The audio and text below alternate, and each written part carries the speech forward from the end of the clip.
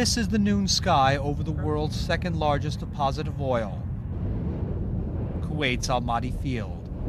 The smoke from hundreds of burning wells makes a moon out of the sun, a horizon of flame, yet the air is cold. That it occurred, that it's the biggest, it's the most staggering thing I think anybody in the environmental field could ever see. The fires have brought darkness when there normally would be day, blackened the earth, and covered what little desert life remains with oil. Animals which once grazed here are gone. It is an uncomfortable quiet in the center of what could be an ecological storm.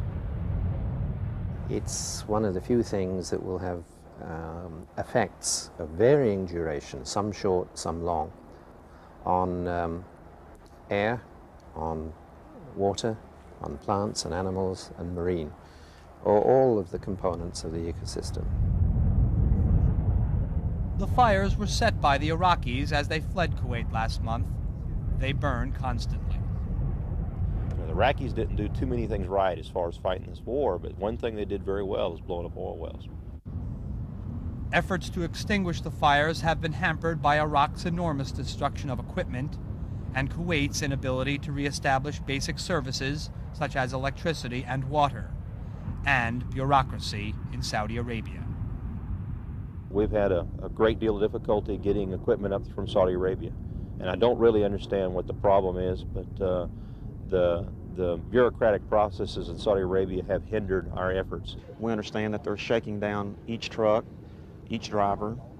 They're only allowing 5 or 6 trucks per day to be processed through. To our knowledge, about 36 trucks have been processed through the operation. At this rate, it's going to be another week or two before all their trucks are cleared. So far, only 7 wells have been shut down, and frustrated crews have tried to make do with primitive equipment. Some equipment sits idle at Kuwait City's airport, waiting for the rest to be delivered, and the fires continue to burn. Oil workers here to control the problem say they're still not sure exactly how many wells are on fire. So far, they estimate about 530. But the ones that are ablaze, they say, are not their first priority. They're more concerned about the ones that are spewing oil and not burning. This is why, gathering pools of crude oil, some several feet deep, flowing from wells which were never set ablaze or whose fires have gone out on their own, about 45 so far. Some of the oil fields, for example, Magwa Ahmedi is uphill of some of the cities here. So if we leave this problem without immediate action, oil may reach these cities. Everything flows to the sea eventually, and I've got rivers of oil forming in these oil fields that are not going to go anywhere but eventually the sea if we can't control the wells pretty soon. Dikes are being built to keep roads clear, and large pools constructed in the sand to restrain the flow of crude, sometimes unsuccessfully. In spite of mass destruction to Kuwait's oil industry, production could be partially restored soon, servicing at least some of the country's internal needs. While the Iraqis wreaked havoc on most of Kuwait's oil fields and facilities, they missed 2 new fields in central Kuwait, already tested with several exploratory wells. For this 50 to 60,000 barrels per day, it will take 2 months. But again, we have to satisfy the refinery, which will take 100 to 150,000 barrels per day. This might take 6 months or a little bit more. It could take much longer than that to determine how badly the environment has been damaged by all of this. Studies of plant and animal life will take years, and the effects may be felt over decades. For the people of Kuwait, the effects are felt each day, in the air that burns the eyes and throat, and in the sky. It is this unnaturalness of the cutting off of the sun for long periods that I think does mentally stress everyone. And it doesn't matter what your background is, you do feel that this is unnatural and it simply isn't right. Kuwait is not shrouded every day with the thick black smoke of the oil fires. The wind frequently shifts, sending the plumes over the Gulf or Saudi Arabia or Iraq. But with or without the cover of the smoke, there is always a reminder on the horizon south of Kuwait City, an ever-present sunset, the glow of the fires. For World Monitor, I'm Greg Larson in Kuwait City.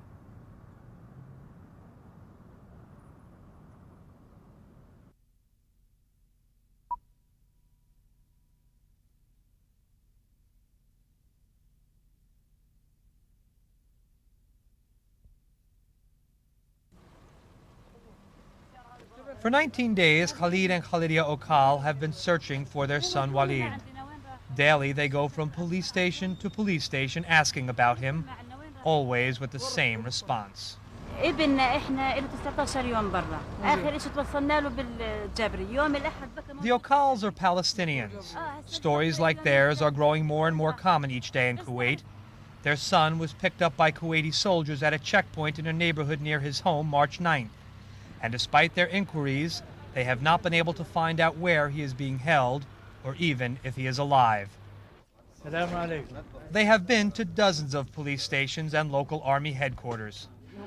They fear their son may be dead, the victim of Kuwaiti anger over the collaboration of some Palestinians during the 7-month Iraqi occupation. We don't want any camera. U.S. military sources say the Kuwaiti army has admitted it might be holding 540 Palestinians under martial law, all without charges, all out of contact with their families. The Okals fear their son may have been tortured or killed. This man is a Palestinian who was picked up by soldiers who came to his door Wednesday afternoon. واحيانا كانوا يعني بركشات يربطوني تربيط كأني كلب مرمي وما يهتمون فيه يعني. He is 25 years old and has lived most of his life in Kuwait. He was held for only about 8 hours, interrogated and beaten. هذا لأني فلسطيني والفلسطيني في البلد هاي صار يعامل معاملة الحيوان يعني وين ما راح لازم يلاقي المعاملة هاي فلأنهم حاقدين علينا حقدوا علينا بعد 7 أشهر كانوا في الملاجئ ما بيعرفوا شو كنا نسوي احنا يعني في صح في انه في فلسطينيين اساءوا لكن مو كل الفلسطينيين. He did not tell them anything, he says, because he did not have anything to tell. Fear pervades the streets of Palestinian neighborhoods in Kuwait. Many people afraid to leave their homes, worried about being randomly arrested by the military just because they carry a Palestinian identity card. Those who are on the streets are afraid to speak on camera for fear of reprisals from military men.